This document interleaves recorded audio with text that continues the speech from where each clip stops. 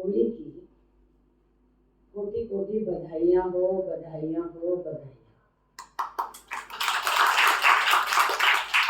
आप सभी बहुत बहुत खुश नसीब हैं कि 2024 की होली आप विशेष कन्याओं की ट्रेनिंग हुई है। एक से बढ़कर एक कन्याओं की महिमा गाते गाते भगवान भी बहुत खुश होते। संसार, खास करके ब्राह्मण परिवार, ये जो चल रहा है ये कन्याओं की शक्ति से चल रहा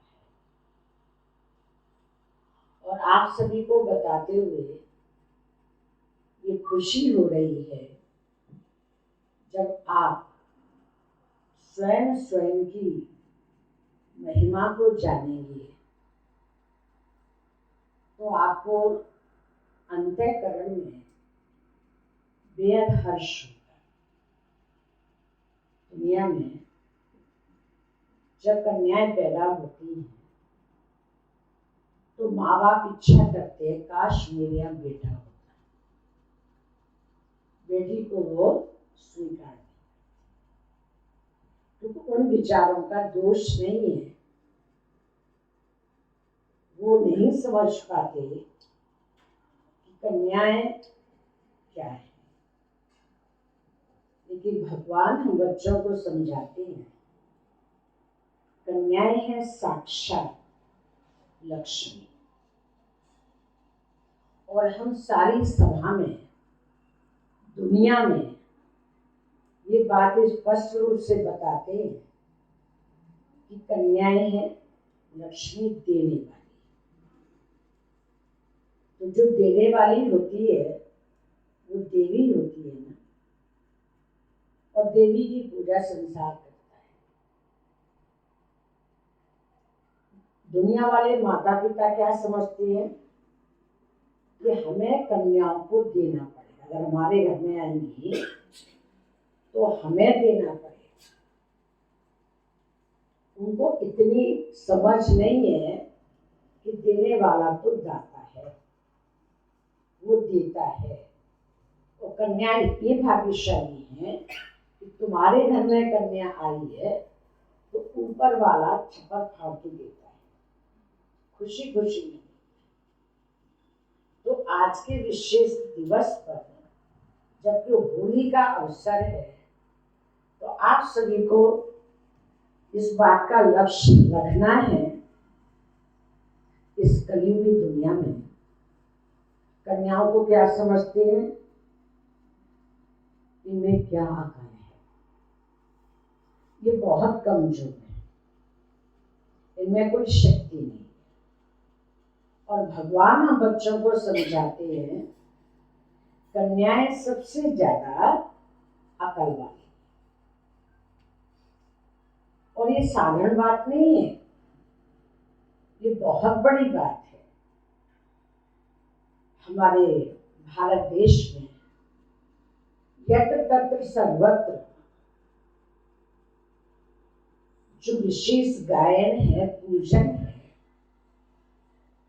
वो ये दिखाया है कि बुद्धि का वरदान देने वाली विद्या की देवी सरस्वती है। तो कौन है, पुरुष है कि नारी है? नारी। जितने भी स्कूल है, कॉलेज है, यूनिवर्सिटी है, वहाँ सरस्वती देवी की मूर्ति होती है। पहले उसका पूजन होता है और हर जगह वो स्थायी रूप में विराजमान होती है। तो विद्या की देवी है, बुद्धि की दाता है, ज्ञान वीणा वादिनी है।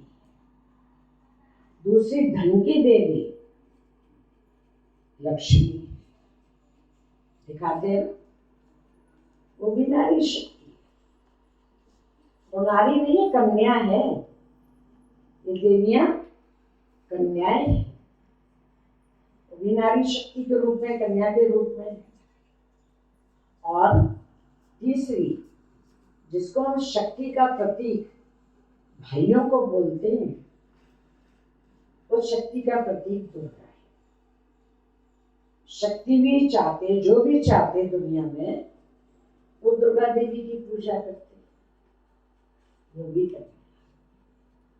अब दुनिया में हमें क्या दिखाना है, जिसके लिए भगवान धरा पर अवतरित होते हैं और आप सभी को हार्दिक निमंत्रण दे करके यहाँ बुलाया है। ये 3 शक्तियों का अवतार अपने आप को सिद्ध करना है। 3 शक्तियों का अवतार यदि आपने सिद्ध कर लिया तो आपका जीवन सफल हो जाएगा। और इस सफलता का जो कारण है, आधार है, वो ये है कि आप लौकिक और अलौकिक,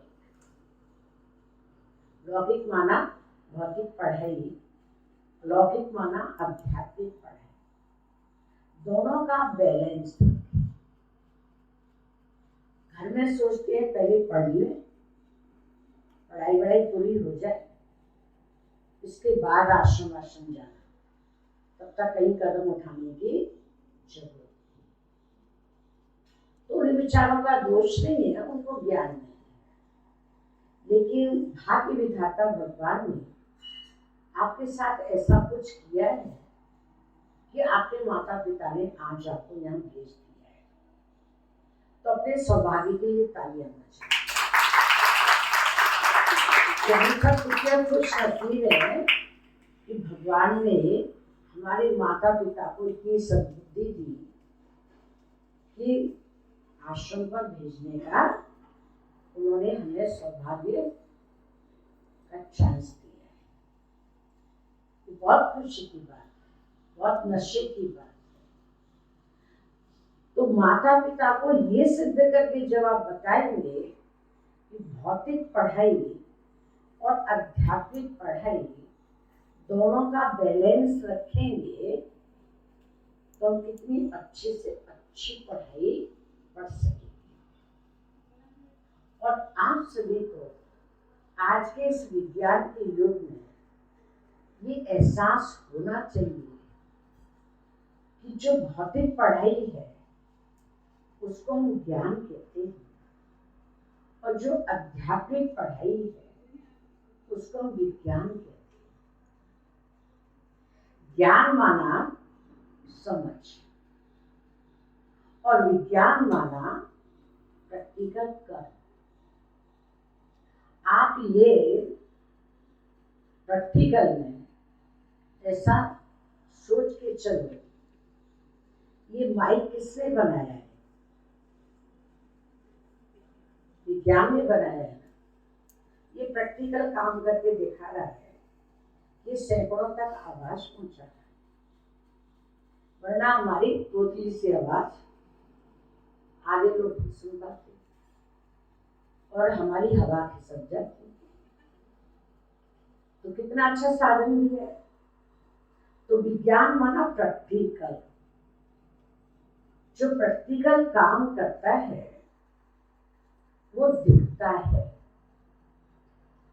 और जो दिखता है सो बिकता है। समझ रहे ना? जो दिखता है वही बिकता है, जो दिखता नहीं है वो बिकता नहीं, उसकी वैल्यू कोई जानते नहीं है। तो आप लोग ज्ञान और विज्ञान दोनों को पढ़ने वाले बनो। पढ़ना भी जरूरी है, बिना ज्ञान के विज्ञान नहीं आगे जा सकता। पहले हम पढ़ेंगे तभी तो कुछ करेंगे। तो ज्ञान और विज्ञान दोनों के पढ़ने का नाम है आध्यात्मिकता। और आध्यात्मिकता कितनी बड़ी शक्ति है उसका आज आप एहसास करो कि आपका इतना बड़ा शरीर है, छोटी सी पॉइंट ऑफ लाइट, ज्योति बिंदु आत्मा, जो आपको भी नजर नहीं आती, किसी को भी नजर नहीं आती, बल्कि सारे शरीर को चलाती है। अगर छोटी सी आत्मा वो निकल गई तो इतना बड़ा 5 फुट का शरीर बेकार है। हमारी बात समझ, बेकार जरूरी भी है लेकिन बेकार भी। बेकार इसलिए है कि अगर आपको आत्मा की कीमत नहीं है तो शरीर अकेला क्या करेगा। जैसे कार में ड्राइवर ही नहीं है तो खड़ी रहेगी गाड़ी। उस आत्मा को समझना, समझ करके उस कार को चलाना, और तभी हम मंजिल पर पहुंच सकेंगे।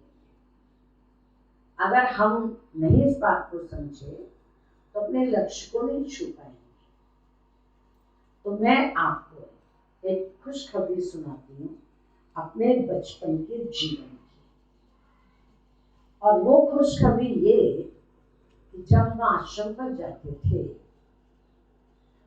तो हमारे लॉ के टीचर पढ़ाने वाले थे, हमारे पिताजी को बताते थे कि आपकी लड़की का दिमाग खराब हो गया, ये पढ़ाई का टाइम है, बोर्ड का 10th बोर्ड का एग्जाम है और ये आश्रम पर जाने लगी, इसका दिमाग खराब हो गया, आप रोकिए वरना मुश्किल हो जाएगा। अब हमको तो मालूम है कि ज्ञान कितना ऊंचा है। पिताजी ने अड़ंगे डालने शुरू कर दिए, हमने अपनी टैक्ट अपनाना शुरू कर दिया। जैसे ही टाइम होता हम फौरन आश्रम चले गए। ये सब देख लिया हमारे टीचर ने। जब देख लिया तो उन्होंने हमारे पिताजी को चैलेंज किया कि लड़की आपकी पास नहीं हो सकती, इसलिए साइंस बायोलॉजी गणित इतने क्रिटिकल सब्जेक्ट लिए हैं, ये पास नहीं हो सकती। तो हमने चैलेंज किया उस टीचर, सर अगर हम फर्स्ट डिवीजन आ गए तो आप क्या करेंगे? आप झूठ झूठ बोल रहे हैं, मैं क्लास की मॉनिटर हूँ, सबसे पहले हाथ में खड़ा करती हूँ और आप हमारे पिताजी को इतना उल्टा सुल्टा पाठ पढ़ा रहे हैं। अगर फर्स्ट डिवीजन आ गई तो कहने लगे तुम मेरी गुरु और मैं तुम्हारा चेला। मैंने कहा पक्का? तो रियली मैंने आपको ये बात इसलिए बता रही हूँ कि मैं डेली, जो मेरी रोजाना क्लास तो जाती नहीं थी, कभी कभी जाती थी, और सोने में सुबह का नंबर 1 8 बजे सो के उठना, जल्दी से नहाना धोना, नाश्ता करना, स्कूल चले जाना। अब मैंने क्या किया, जो भगवान कहते हैं, हमारी माता जी सवेरे 3:30 बजे उठती, अलार्म लगाती, जैसे अलार्म की आवाज आती वैसे मैं उठ जाती। उठ करके मैं 15-20 मिनट मेडिटेशन करती, इसके बाद में पढ़ने बैठ जाती। याद करने, लिखने का काम रात को और याद करने का काम सवेरे। मैं याद करती और भगवान से अंदर विनय करती कि भगवान फर्स्ट डिवीजन लानी, A to Z नंबर ले ले, मेरे 95-99% आने चाहिए। ऐसे करके बातें करते हो याद। और आपको मतलब विश्वास दिला रही हूँ कि मेरे हाथ में जो पेपर आता है उसके क्वेश्चन वो होते जो भगवान मुझे पहले से बता देगा, जिसमें मेरा कोई अटेंशन नहीं।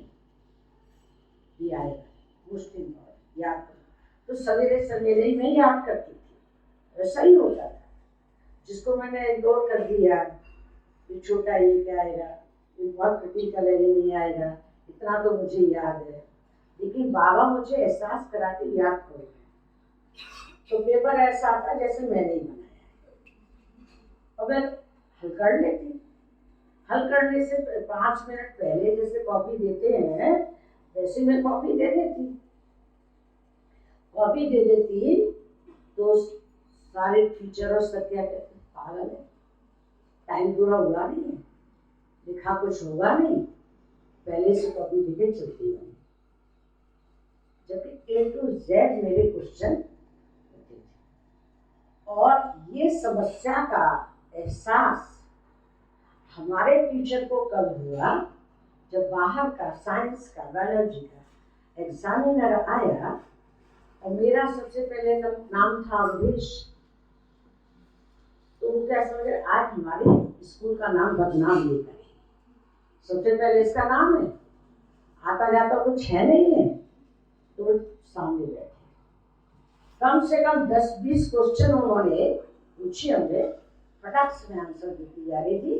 और कैसे दे रही थी, याद तो करती थी, लेकिन मैं कह रही थी मुख मेरा, रेस्पॉन्ड वाला आपका, निश्चय भी तो होना चाहिए ना गान का, मुख मेरा है, रेस्पॉन्ड आपके, एकदम एक्यूरेट, एकदम एक्यूरेट। और आपको ये विश्वास दिला रही हूँ कि इस खुशी में जब मैं ब्रह्मा कुमारी बनी तो दिल्ली के ताल कटोरा स्टेडियम, हमारी जगदीश भाई जी जिन्होंने 200-250 किताब लिखी है, मेरे भाषण से प्रभावित होकर के मेरे नाम पर ताल कटोरा स्टेडियम में भाषण रखा, बहुत अच्छी पब्लिसिटी कराई, चारों तरफ अखबार में मेरा नाम आया, फोटो मेरा आया। तो हमारे वो सर, उनका प्रमोशन हो गया दिल्ली में, मेरा फोटो देख करके कुर्सी दे आए, तो अवधेश है, इसका भाषण सुनने तो मैं जरूर जाऊंगा। और रेगुलर क्लास करने लगे, क्योंकि मेरा रिजल्ट का था। जैसे मैं स्टेज से उतर रही हूँ, वैसे साष्टांग प्रणाम हो, प्लेन कोट पहने हुए, और वो साष्टांग प्रणाम कर रहे थे। मैं तो भूल गई, तो 2-3 साल हो गए थे। इसके बाद में गई, आप सारे कपड़े खराब हो जाएंगे, भाई साहब आप उठिए। फिर उन्होंने, आपने मुझे पहचाना? मैंने सकल तो कुछ लगती है, लेकिन समझ नहीं आया, आप मेरी गुरु, मैं आपका चेला, तो समझ गए। तो कहने का मतलब ये है, पढ़ाई में हमारी शक्तियों का विकास होता है इस आध्यात्मिक राजयोग से और ज्ञान से।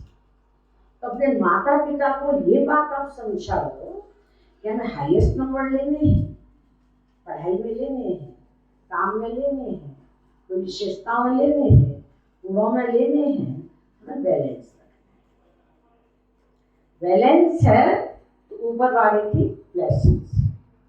तो मेरी शुभ भावना है कि जैसे आज आप आए हो, तो एक तो होली का दिन पक्का, छुट्टी होती है, दिवाली पक्की, छुट्टी होती है। फिर जब छुट्टियां होती हैं 2-3 मास की, तो साल में अगर आपने 3 बार ट्रेनिंग कर ली तो मास्टर त्रिलोकीनाथ बन जाओगे आप। ऐसी पढ़ाई पढ़ने के लिए तैयार हो, जो है वो हक्का करे। तो बहुत बहुत थैंक्स, और इस थैंक्स के लिए आप सबको बहुत बहुत बधाई, आपके परिवार को बधाई, और हमारे राजू भवन को कोटि कोटि बधाई कि आज आपने बहुत अच्छी होली मनाई।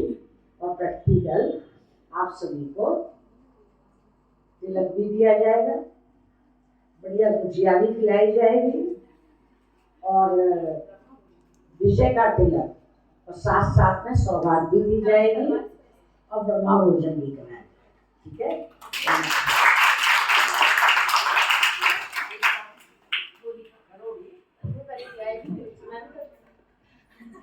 अभी होली का डांस लेकर आई है कुमारी नैन्सी, जोरदार तालियां बजा के नैन्सी बहन का स्वागत करते हैं। और आप सब भी खड़े होकर डांस कर सकते हैं, फुल एंजॉय वाला है होली का डांस। फिर इसके बाद 2 मिनट की मनसा सेवा की कमेंट्री लेके छोटी सी बच्ची आएगी 3 साल की, तो फिर हम मनसा सेवा भी करेंगे। डांस तो करवा है सबका। एक्शन।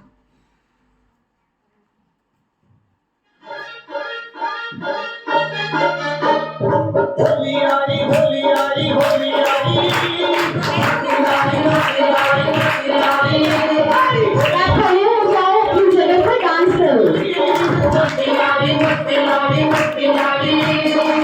गिला